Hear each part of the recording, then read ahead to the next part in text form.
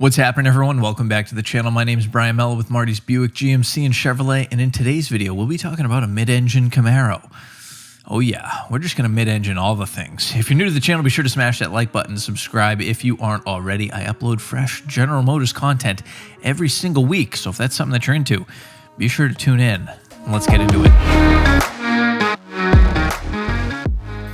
All right, so today we're talking Camaro, which is debatably the most iconic Chevrolet sports car, of course, right behind the Corvette. You know, as a direct competitor to the Ford Mustang, the Camaro has persevered throughout the years, helping to create one of, if not the biggest rivalry we'll probably ever see in automotive history. And in the 1960s, before the Camaro was ever even put into production, of course, the king of the pony car market was, the Ford Mustang. Now, Chevrolet saw this and they knew that they had to bring something else to the table. So what they did was, of course, design their very own front-engine rear-wheel drive pony car. Camaro, fiery new creation from Chevrolet. Vice President of General Motors at the time, Ed Rollet, as well as Bob Lund, Chevrolet's merchandising manager as well at the time, came up with the name Camaro. And allegedly they did this by reading the word. Somehow, I don't know how you end up landing on this, but they read the word in a French-English dictionary, and from what I read, apparently, the word Camaro is actually a French slang word meaning comrade or friend. And the guys at General Motors thought it was just an absolute perfect fit for their new Mustang killer because, you know what, who doesn't want their car to be their friend? Yeah, we're crazy people. The first generation Camaro was actually released in the US in late 1966, and it was also the shortest generation as it only ran until 1969 before Chevrolet went on to the next iteration. The Camaro was available in multiple variations, and buyers could select from, you had the standard model, you had the SS or Super Sport, as well as the RS, or also known as the Rally Sport model. And at the time, the most common engine option was a 140 horsepower, 230 cubic inch V8, and the most powerful was a 396 that produced 375 horsepower. I mean, it's funny that those were big numbers back then when you consider what the numbers are like now. It's just kind of crazy to think about 140 horsepower. That's like a Honda Civic. I got to say, too, in the first generation, the 67 Z28 is probably if it's not the top, it's close to the top of my bucket list when it comes to cars that I've got to own before I'm dead and gone. And if you own one, good for you. Let me know in the comments below if you're one of the lucky owners of a 67 Z28, so I can just be jealous.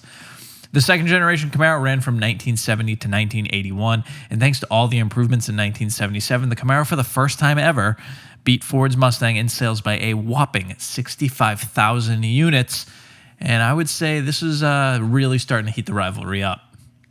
Now, the third generation, most notable for the introduction of the IROC Z in 1985, ran from 82 to 92. And these were the first Camaros to offer modern fuel injection, a turbo hydromatic 700R4 4-speed automatic transmission, 5-speed manual transmissions. You had 14, 15, or 16-inch wheels. You had a standard OHV 4-cylinder engine, and you also had the hatchback bodies. These cars also were almost 500 pounds lighter than the second generation models, and anyone that's into cars know that 500 pounds shaving off your weight is a major difference. The fourth generation Camaro debuted in 1993, and that was on an updated F-body platform. It, of course, retained the same characteristics since its introduction in 67. You had the coupe body, you had the 2+2 seating, you had an optional T-top roof, and then we even got the convertible option back when it was reintroduced in 1994. Now, this Camaro's body was extremely sleek, and it gave the car a more aggressive appearance. We finally got the LS, we got more options, but in 2002, the fourth generation Camaro came to an end, and that was mostly due to a real lack of demand in the market for sports coupes at that time, and this would also mark the start of an 8-year hiatus for the Camaro. Yeah, it was a long 8 years. Now, for the 2010 model year, Chevrolet brought back the Camaro nameplate. The Camaro received a complete redesign and a new platform, which was based on the 06 Camaro concept and the 07 Camaro convertible concept. The fifth generation Camaro was an absolute hit. It knocked it out of the park. Chevy did a great job on this car, and in fact, on April 1st, 2010, the car was actually named the World Car Design of the Year. There was just a ton of buzz surrounding the release of the fifth gen, and I don't care what anybody says, much of the success, in my opinion, I don't want to put a percentage on it. Let's just say, I would say more than 50% of the car's success is owed in large part to a certain Hollywood blockbuster film.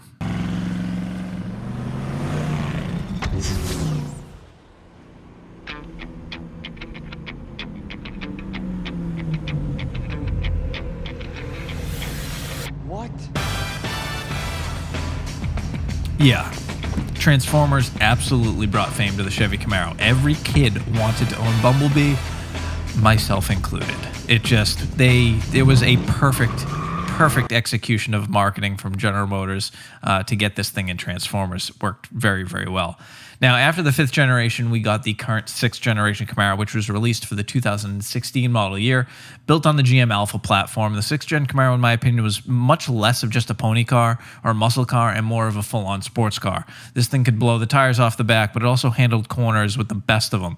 In fact, I raced my 6th gen Camaro against a McLaren 570 on a track, and let's just say he didn't outrun me the way he thought he would. Motor Trend named the Camaro the 2016 its car of the year.